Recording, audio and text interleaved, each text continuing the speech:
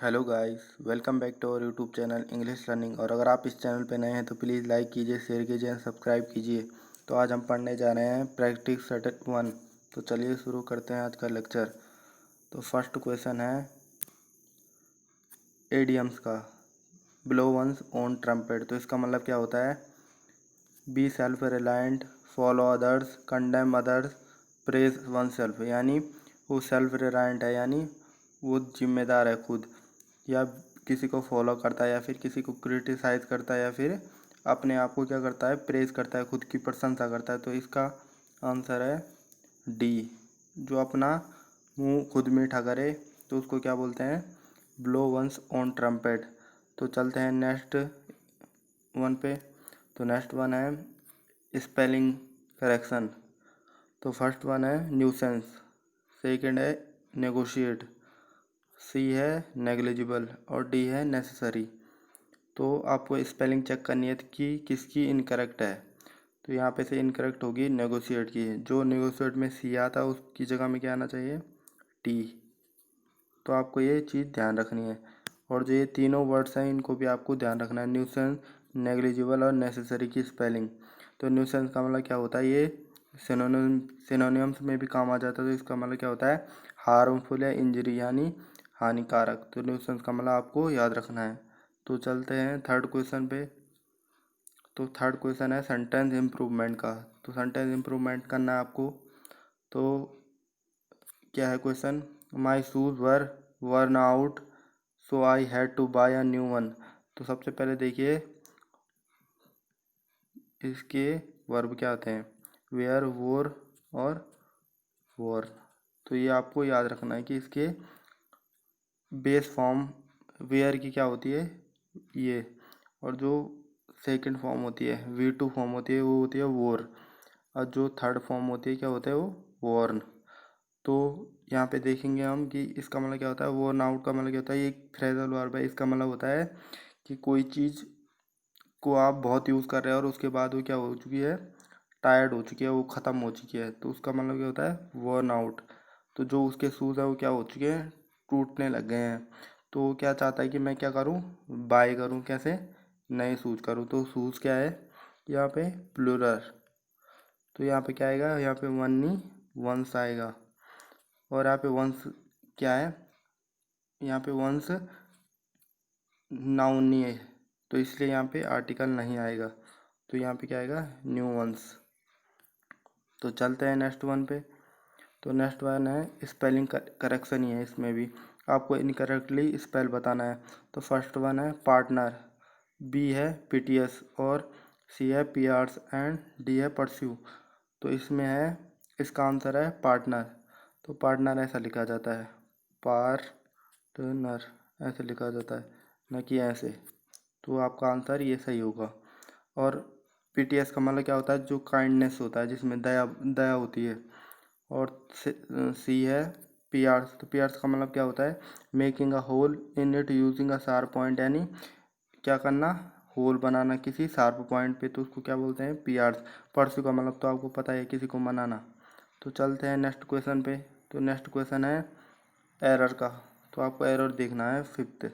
तो क्या लिखा हुआ है यहाँ पे? Deepa walk out the road slowly looking anybody.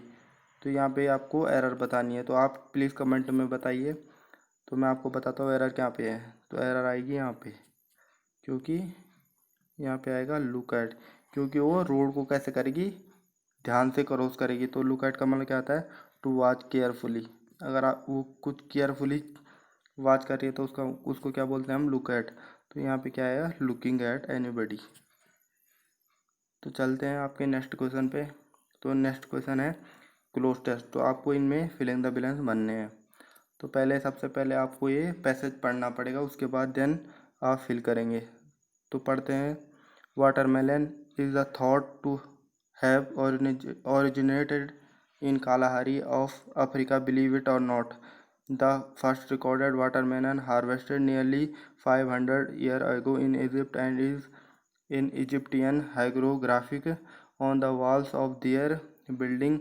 This fruit was often placed the burial tomb of king to provide nourishment in the after life. तो आपको ये चीज़ बननी है। तो फर्स्ट क्वेश्चन है, watermelon is a thought to have originated in Kalahari desert of Africa, believe it और not होता है। तो इसका क्या है, बी। तो सेकेंड बनना पड़ेगा हमें, the first recorded watermelon harvested nearly 5 years ago in Egypt.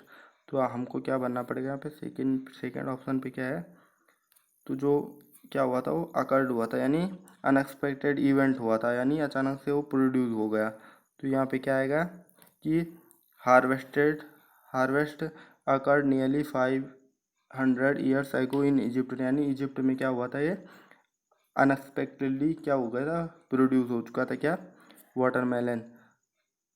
And is, तो थर्ड वन पे क्या है, थर्ड पे है डिपिक्टेड। डिपिक्टेड का मतलब क्या होता है, आपको पहले बता देता हूँ। डिपिक्टेड का मतलब होता है टू रिप्रेजेंट और show something in a picture और स्टोरी, यानी जब रिप्रेजेंट होता है, क्या होता है, कुछ कोई चीज़ शो करते हैं हम, तो उसको पिक्चर और स्टोरी के द्वारा हम शो करते हैं, उसको बोलते हैं डिपिक्टेड। और डाइवर्टेड का मतलब क्या होता है, to use something for a different purpose, यानी कोई आपके पास डिफरेंट पर्पस है, उसके लिए आप क्या करते हैं, यूज़ करते हैं उस चीज़ को। तो डिपिक्टेड का मतलब आपको याद रखना है कि किसी चीज़ को रिप्रेजेंट करना या फिर शो करना किसी चीज़ को, वो भी किसके द्वारा, पिक्चर और स्टोरी के द्वारा। तो यहाँ पे आएगा डिपिक्टेड, यहाँ पे आएगा डिपिक्टेड, क्योंकि जो इजिप्टियन हाइड्रोग्राफर थे उन्होंने क्या किया था, वॉल पे ये डिपिक्टेड किया था, यानी शो किया था पिक्चर के द्वारा ऑन द वॉल्स, किस पे, वॉल्स पे, ऑफ दियर क्या आएगा, फोर्थ पे, फिफ्थ पे आएगा, ऑफ दियर एंशियंट, यानी पुरानी जो उसकी दीवारें थी, वॉल्स थी। The fruit was often place in, यहाँ पे आएगा in the burial tombs of king to provide news and after life. तो यहाँ पे एक वर्ड और है, ऑब्सोल्यूट। तो ऑब्सोल्यूट का मतलब क्या होता है, नॉट इन यूज एनीमोर, ऐसी मतलब ऐसी चीज़ जो अब यूज़ नहीं की जा सकती। और आउटडेटेड का मतलब भी आपको याद रखना है कि जो old fashionable and therefore not as good as fashionable as something modern, यानी जो अब मॉडर्न नहीं है। तो चलते हैं नेक्स्ट वन पे। तो नेक्स्ट वन है, the government has warned the trader not to onions, यानी जो गवर्नमेंट थी उन्होंने वार्न किया कि इनको, ट्रेडर को, कि वो क्या नहीं करेंगे, ग्रोस नहीं करेंगे या फिर बल्क नहीं करेंगे या फिर होल्ड नहीं करेंगे, कंबाइन नहीं करेंगे। तो ये होल्ड नहीं करेंगे, जैसे कोई चीज़ इकट्ठा करके छुपा लेता है और फिर उसे बेचता है, तो उसको क्या बोलते हैं, होर्डिंग बोलते हैं। तो यहाँ पे आएगा होर्डिंग। तो मैं सारे जो भी ऑप्शन है उनको बता देता हूँ कि क्या क्या इनका मतलब होता है। तो इनका मतलब है, ग्रोस का मतलब क्या होता है, कोई चीज़ टोटल करना। बल्क में, बल्क को तो आपने सुना होगा, तो इसका मतलब क्या होता है, समथिंग और someone that is very large, यानी कोई चीज़ बहुत लार्जली है तो उसको क्या बोलेंगे, बल्क में। और होर्ड का मतलब क्या होता है, to collect large amount of something and keep it for yourself often in a secret place, यानी जब आप कोई लार्ज चीज़ अमाउंट को क्या कर देते हो, छुपा देते हो, और क्या करते हो, सीक्रेट प्लेस में छुपा देते हो और फिर उसे यूज़ करते हो, तो उसको क्या बोलते हैं, होर्डिंग। तो होर्डिंग नहीं करनी। तो उन्होंने क्या बोला था, गवर्नमेंट ने क्या किया, वार्न किया कि आप होर्डिंग नहीं कर सकते, यानी आप अनियंस को छुपा नहीं सकते किसी सीक्रेट प्लेस से और फिर उसको महंगे रेट में नहीं बेच सकते।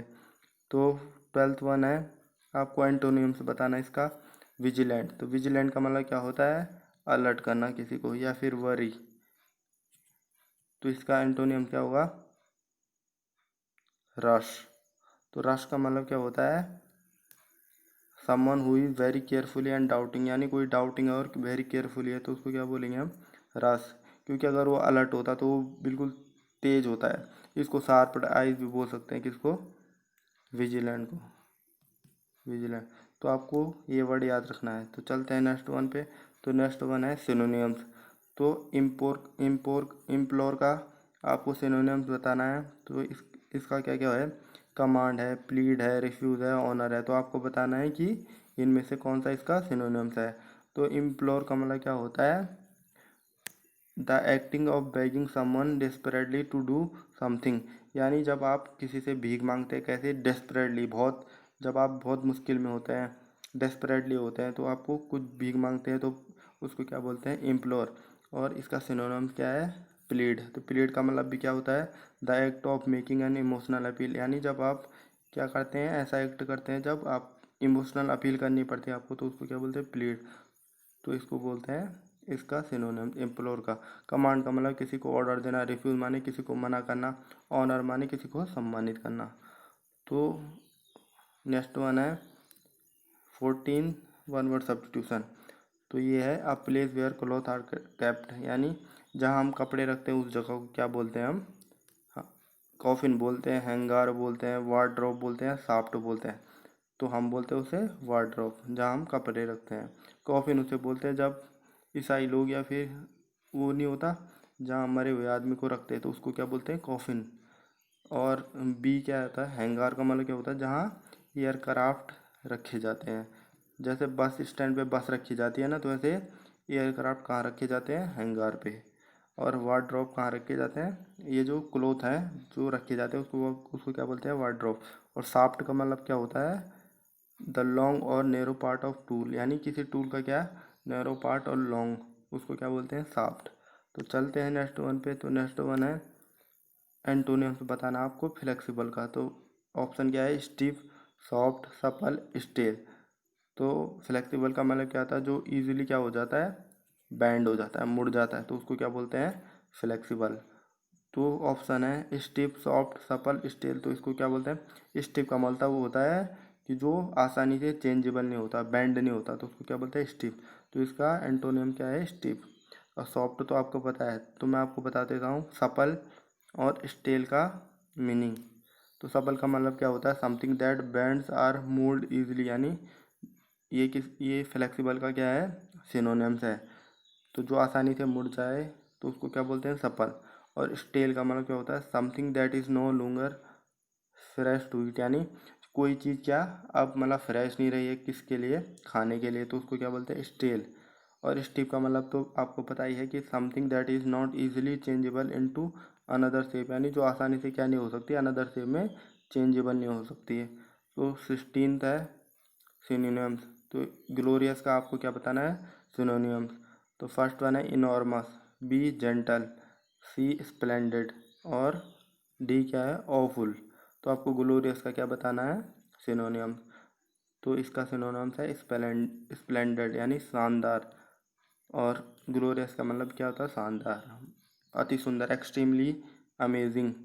इनॉर्मस का क्या मतलब होता है, मैं आपको सबके मीनिंग बता देता हूँ, यहाँ पे मैंने लिखे हुए हैं और पीडीएफ हमारे टेलीग्राम पे मिल जाएगी। तो नोट है, ग्लोरियस का मतलब क्या होता है, something that is amazing and admirable. और इनॉर्मस का क्या होता है, लार्ज इन साइज, यानी कोई चीज़ साइज में बहुत बड़ी है तो उसको क्या बोलते हैं हम, इनॉर्मस। स्प्लेंडेड का मतलब भी क्या होता है, अमेजिंग। और जेंटल का मतलब क्या होता है, someone who is kind and mild, यानी जो दयावान होता है उसको क्या बोलते हैं, जेंटल। और ऑफुल का मतलब क्या होता है, something that is really bad and disgusting, यानी कोई चीज़ इतनी कोई बैड है और डिस्कस्टिंग है तो उसको क्या बोलेंगे, ऑफुल। तो आपको सारे वर्ड की मीनिंग याद रखनी है। तो 17 का है वन वर्ड सब्स्टिट्यूशन। तो आपको बताना है a person very reserved in speech, यानी ऐसा व्यक्ति जो क्या करता है, रिजर्वली बोलता है, जब कोई ज़रूरत हो तभी बोले और कम बोले, तो उसको क्या बोलते हैं हम, एलोक्वेंट बोलते हैं, एडमेंट बोलते हैं, रेटिसेंट बोलते हैं, कॉन्फिडेंट बोलते हैं। तो हम उसे बोलते हैं रेटिसेंट, और ये बहुत इंपॉर्टेंट वन वर्ड सब्स्टिट्यूशन है। और एलोक्वेंट का मतलब क्या होता है, जो बहुत अच्छा स्पीकर होता है, जो बहुत अच्छे से बोल लेता है उसको क्या बोलते हैं, एलोक्वेंट। एडमेंट का मतलब क्या होता है, जिद्दी, जो जिद्दी आदमी रहता है ना तो उसको क्या बोलते हैं, एडमेंट। और रेटिसेंट का मतलब जो कम बोलता है, a very reserved in speech. और कॉन्फिडेंट का मतलब तो आपको पता ही है। तो चलते हैं 18 पे। तो 18 है सेंटेंस इम्प्रूवमेंट। तो he sings always when he having a shower, यानी वो हमेशा गाती है जब वो नहाती है। तो इसमें आएगा ही ऑलवेज, यहाँ पे आ रहा है ही ऑलवेज का मतलब क्या होता है, जब भी आपको ऑलवेज वर्ड दिखे तो इसका मतलब क्या होता है, या फिर ये प्रेजेंट इंडेफिनिट का पार्ट है, क्योंकि इसमें क्या होता है, हैबिट शो करती है ऑलवेज। क्योंकि अगर आप कोई भी काम लगातार कर रहे हैं तो उसको उसमें क्या आएगा, ऑलवेज आएगा, और वो क्या हमारी हैबिट को शो करेगा। तो आपको देखना है कि ही के बाद क्या आता है, ही ऑलवेज। और सिंग तो नहीं आएगा, सिंग्स आएगा। तो कहाँ पे ही ऑलवेज सिंग्स, ये है, he always sing, he always sing, new नहीं आएगा, he always sing when he having a shower. तो 19 है इडियम्स। स्पिल द बिन्स, इसका मतलब क्या होता है, वर्क हार्ड होता है, परफॉर्म मैजिक होता है, गिव अवे अ सीक्रेट होता है, avoid saying what you means होता है। तो इसका मतलब होता है गिव अवे अ सीक्रेट, यानी जब आपका सीक्रेट बाहर निकल जाता तो इसको क्या बोलते हैं, स्पिल द बीन्स। तो 20th है नो एरर। तो इसको देखते हैं, everything that I like to eat are flattering. तो इसमें क्या है,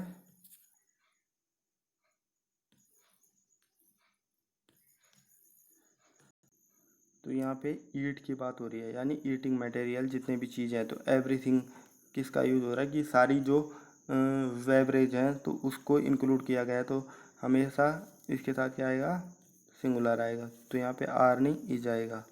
और यहाँ पे फ्लैटरिंग का मतलब क्या होता है, मेकिंग समवन लुक और फील बेटर और मोर अट्रैक्टिव देन यूजुअल, यानी कई चीज़ें जो दिखती है उससे वो अगर बेटर दिखती है और अट्रैक्टिव दिखती है तो उसको क्या बोलते हैं, फ्लैटरिंग। जो ईट की चीज़ें थी ना वो अच्छी दिख रही थी यूजुअल से।